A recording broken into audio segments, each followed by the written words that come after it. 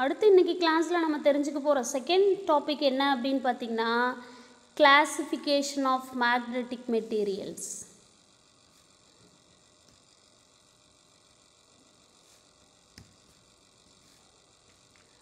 அதாவது மேக்னெட்டிக் ப்ராப்பர்ட்டிஸில் நான் உங்களுக்கு என்ன சொல்லி கொடுத்தேன் அப்படின்னு பார்த்திங்கன்னா மெட்டீரியல்ஸை 2 டைப்ஸாக கிளாஸிஃபை பண்ணி மேக்னெட்டிக் மெட்டீரியல்ஸ் நான் மேக்னெட்டிக் மெட்டீரியல்ஸ்னு கிளாஸிஃபை பண்ணி அதில் இருக்கிற மேக்னெட்டிக் மெட்டீரியல்ஸை மேக்னெட்டாக மாற்றும்போது அதனோட மேக்னெட்டிக் நேச்சர் எந்த அளவுக்கு இருக்கும் அப்படிங்கிறத நம்ம தெரிஞ்சுக்கிறதுக்காக சில பராமீட்டர்ஸை நம்ம டிஃபைன் பண்ணணும். சரிங்களா? இப்போ நம்ம எதை பற்றி முழுமையாக பேச போகிறோம் அப்படின்னா ஒன்லி தி மேக்னெட்டிக் மெட்டீரியல்ஸ். எந்தெந்த பொருள் எந்தெந்த அளவில் காந்தமாக மாறும், அப்போ அதனோட இயல்பு எப்படி இருக்கும் அப்படிங்கிறத நம்ம அளவீடு செய்கிறதுக்கு சில காந்த பண்புகளை படித்தோம், சில காரணிகளை படித்தோம். சரிங்களா? இப்போ அந்த காரணிகள் அடிப்படையில் நாம் மேக்னெட்டிக் மெட்டீரியல்ஸை கிளாஸிஃபை பண்ணியிருக்கோம். அந்த காரணிகள் அடிப்படையில் காந்த பொருட்களை வகைப்படுத்தி இருக்கோம். கிளாஸிஃபிகேஷன் ஆஃப் மேக்னெட்டிக் மெட்டீரியல்ஸ் அப்படின்னா காந்த பொருட்களோட வகைப்பாடு. ஓகேவா? தொடர்ந்து கவனிங்க. எப்படி கிளாஸிஃபை பண்ணியிருக்கோம் அப்படின்னா diamagnetic materials, paramagnetic materials and ferromagnetic மெட்டீரியல்ஸ்னு வகைப்படுத்தி இருக்கோம். இப்போ ஒவ்வொரு மேக்னெட்டிக் மெட்டீரியல்ஸை பற்றியும் நம்ம டீட்டெயில்டாக படிக்க போகிறோம். ஓகே? எஸ்.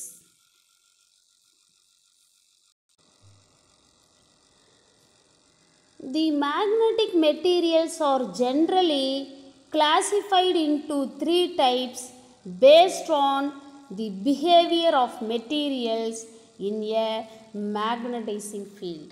இவ்வளோ நேரம் இதைத்தான் நான் பேசிக்கிட்டு இருந்தேன். ஒரு காந்தமாக்கும் புலத்தில் அந்த காந்தமாக்கப்பட வேண்டிய அந்த காந்த பொருளோட இயல்பு எந்த மாதிரி இருக்குது அப்படிங்கிறோட அடிப்படையில் காந்த பொருட்களை 3 வகையாக பிரிச்சிருக்கோம். They are diamagnetic, paramagnetic and ferromagnetic materials which are dealt in this section. இதை பற்றி இனி வர இந்த செக்ஷனில் படிக்க போகிறோம். ஓகே?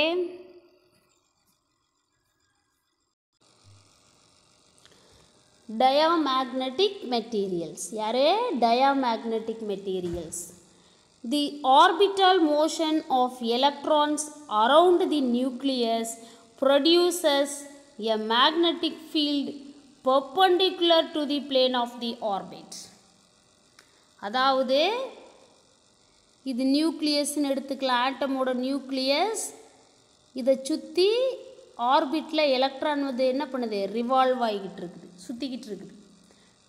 உட்கருவை சுற்றி வந்துக்கிட்டு இருக்குது. அப்படி சுற்றி வரும்போது உருவாகிற மேக்னெட்டிக் ஃபீல்டு இந்த ஆர்பிட்டுக்கு எப்படி இருக்கும்? இந்த மாதிரி பர்பண்டிகுலராக இருக்கும். ஆர்பிட்டுக்கு எப்படி இருக்கும்? பர்பண்டிகுலராக இருக்கும். அது இன்வேர்டாக இருக்கலாம், அவுட்வேர்டாக இருக்கலாம்.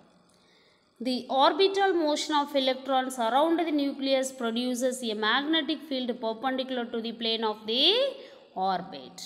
Thus, each electron orbit has finite orbital magnetic moment. அதனால் ஒவ்வொரு எலக்ட்ரானோட சுற்றுவட்ட பாதைக்கும் ஒரு குறிப்பிட்ட அளவு மேக்னெட்டிக் டைபோல் மூமெண்ட் இருக்கும், காந்த இருமுனை திருப்புத்திறன் இருக்கும். Since the planes are oriented in random manner, ஒழுங்கற்ற முறையில் ரேண்டம் மேனர் அப்படின்னா தாறுமாறா, ஒழுங்கற்ற முறையில் ஓரியன்டடுனா திசை திருப்பப்படுறது. Planes orbit of the planes அப்படின்னா அந்த சுற்றுவட்ட பாதையோட தளங்கள் வெவ்வேறு திசை அமைப்பை பெற்று இருக்கும். The orbital planes are oriented in random manner. The vector sum of magnetic moments is 0. அதனால் மேக்னெட்டிக் மூமெண்ட்டுக்குன்னு ஒரு குறிப்பிட்ட டைரக்ஷன் இருக்காது. அப்போ that whole thing is equal to 0 and there is no resultant magnetic moment for each atom. அப்போ ஃபைனலாக மீதி இருக்கிறது எந்த மேக்னெட்டிக் மூமெண்ட் ஃபார் ஈச் ஆட்டம் அப்படின்னா ஒவ்வொரு ஆட்டத்துக்கும் ஃபைனலாக இருக்கிற அந்த மேக்னெட்டிக் மூமெண்ட் காந்த திருப்புத்திறன் அப்படிங்கிறது இருக்காது.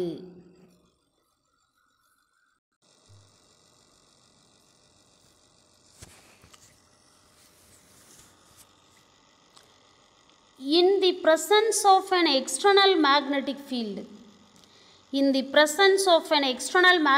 field, some electrons are speeded up and some are slowed down. என்னது புறகாந்த புலம் வந்து இந்த டயாகாந்த பொருட்களை வந்து புறகாந்த புலத்தில் வைக்கும்போது சில எலக்ட்ரான்களோட வேகம் அதிகமாக இருக்கும், சில எலக்ட்ரான்களோட வேகம் கம்மியாக இருக்கும். தி எலக்ட்ரான்ஸ் ஹூஸ் மூமெண்ட்ஸ் அதனோட moment are anti parallel are speeded up. Underline this. எலக்ட்ரானோட மேக்னெட்டிக் டைபோல் மூமெண்ட் வந்து ஆன்டி பேரலாக இருக்கிறதோட வேகம் அதிகமாக இருக்கும் அக்கார்டிங் டு லென்ஸ் லா. எதிர் ஆன்டி பேரலல் அப்படின்னா என்னது எதிர் இணையாக இல்லையா, எதிர் திசையில் இருக்கும்போது அது எப்படி இருக்கு வேகம் அதிகமாக இருக்கு. And this produces and induced magnetic moment in a direction opposite to the field. அப்போ மேக்னெட்டிக் ஃபீல்டுக்கு ஆப்போசிட்டில் காந்த புலத்துக்கு எதிர் திசையில் காந்த இருமுனையை தூண்டும். The induced moment disappears as soon as the external field is removed. அந்த புற காந்த புலத்தை நீக்கின உடனேயே அந்த தூண்டப்பட்ட காந்த இருமுனை வந்து என்ன ஆகும், காந்த இருமுனை திருப்புத்திறன் வந்து காணாமல் போயிடும்.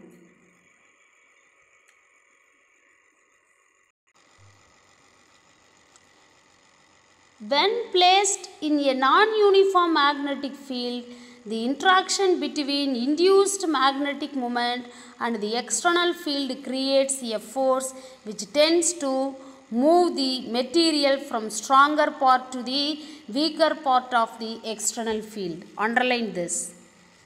ஒரு சீரற்ற காந்த புலத்தில் வைக்கும்போது when placed in a non-uniform magnetic field, non-uniform magnetic fieldனா சீரற்ற காந்த புலம். இன்ட்ராக்ஷன் பிட்வீன் இன்டியூஸ்ட் மேக்னெட்டிக் மூமெண்ட்னா என்னது moment and external field.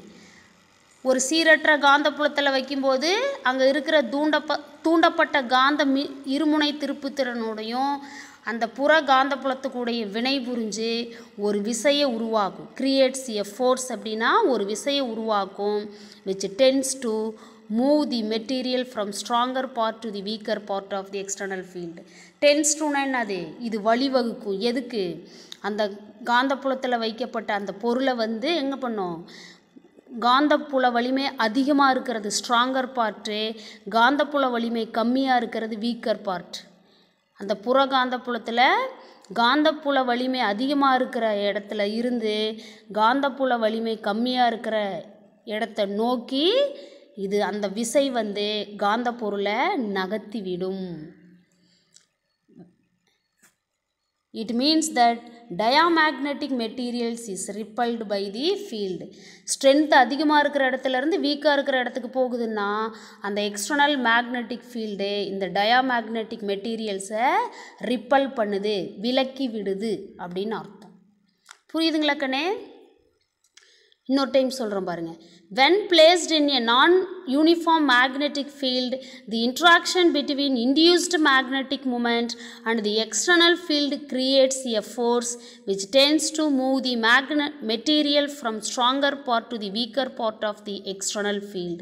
It means that diamagnetic materials is repelled by the field. சீரற்ற காந்த புலத்தில் டயாகாந்த பொருள் ஒன்றை வைக்கும்போது தூண்டப்பட்ட காந்த இருமுனை திருப்புத்திறனுக்கும் புறகாந்த புலத்திற்கும் இடையே ஒரு இடைவினை நடைபெற்று விசை உருவாகின்றது.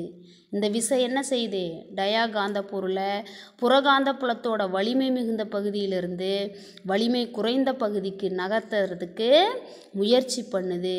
புறகாந்த புலத்தினால டயாகாந்த பொருள் விலக்கப்படுது அப்படிங்கிறத தான் இந்த செயல் காமிக்குது அப்படின்னு சொல்லி சொல்கிறோம். Okay,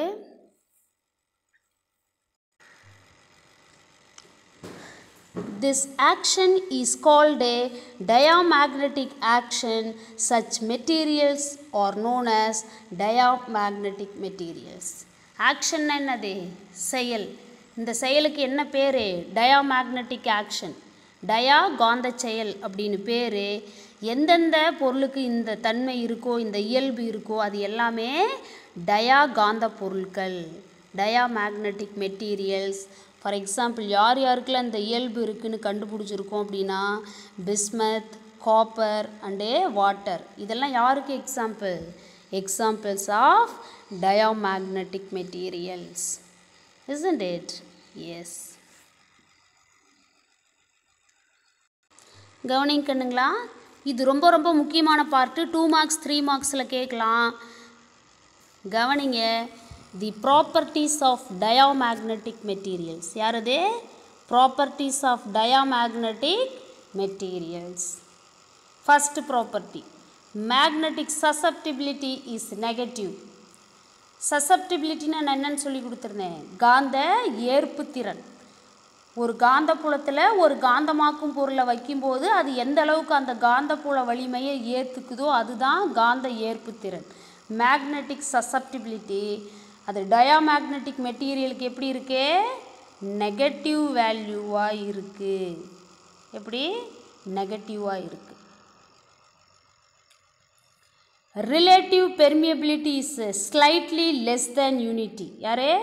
relative permeability slightly less than unity. ஒன்றை விட கம்மியாக இருக்கும். யார்? மியூஆர். ரிலேட்டிவ் பெர்மியபிலிட்டி, வெயிட் பண்ணுங்கள், relative permeability is slightly less than 1. ஒன்றை விட கொஞ்சம் கம்மியாக தான் இருக்கும். The magnetic field lines are repelled or expelled by diamagnetic materials when placed in a magnetic field. என்ன அர்த்தம்? டயாமேக்னெட்டிக் மெட்டீரியல்ஸ், டயா காந்தத்தன்மை இருக்கிற காந்த பொருட்களை ஒரு காந்த புலத்தில் வைக்கும்போது அந்த காந்த புல கோடுகள் வந்து ரிப்பல்டுன்னு என்னது? விலக்கி தள்ளப்படுறது. R expelled. ரிப்பல்டுனால எக்ஸ்பெல்டுனாலும் ஒரே அர்த்தம்தான், விலக்கி தள்ளப்படுறது.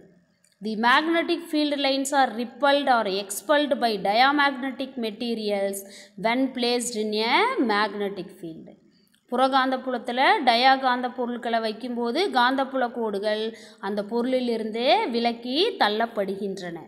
அடுத்த முக்கியமான property, susceptibility is nearly temperature independent.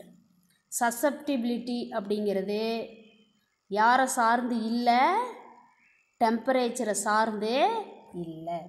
Diamagnetic மெட்டீரியல்ஸோட temperature vary ஆனாலும் சசப்டிபிலிட்டியில் எந்த மாற்றமும் வராது. அதாவது டயாகாந்த பொருட்களோட காந்த ஏற்பு திறன் அப்படிங்கிறது அந்த பொருளோட வெப்பநிலையை சார்ந்தது அல்ல. The susceptibility is nearly temperature independent. Okay students, இன்றைக்கி நான் சொல்லி கொடுத்த எல்லா விஷயங்களும் உங்களுக்கு புரிஞ்சிருக்கா? தரவா டெக்ஸ்ட்டை கோ த்ரூ பண்ணுங்கள். மோர் தென் 1 டைம் கோ த்ரூ பண்ணுங்கள். மேம் சொல்லி கொடுத்த பாயிண்ட்ஸ் எல்லாம் ரீகால் பண்ணி பாருங்கள். ஏதாவது சந்தேகம் இருந்துச்சுன்னா நம்ம வகுப்புக்கு வரும்போது கேட்டுக்கலாம். ஓகேங்களா? Thank you for your kind cooperation. By.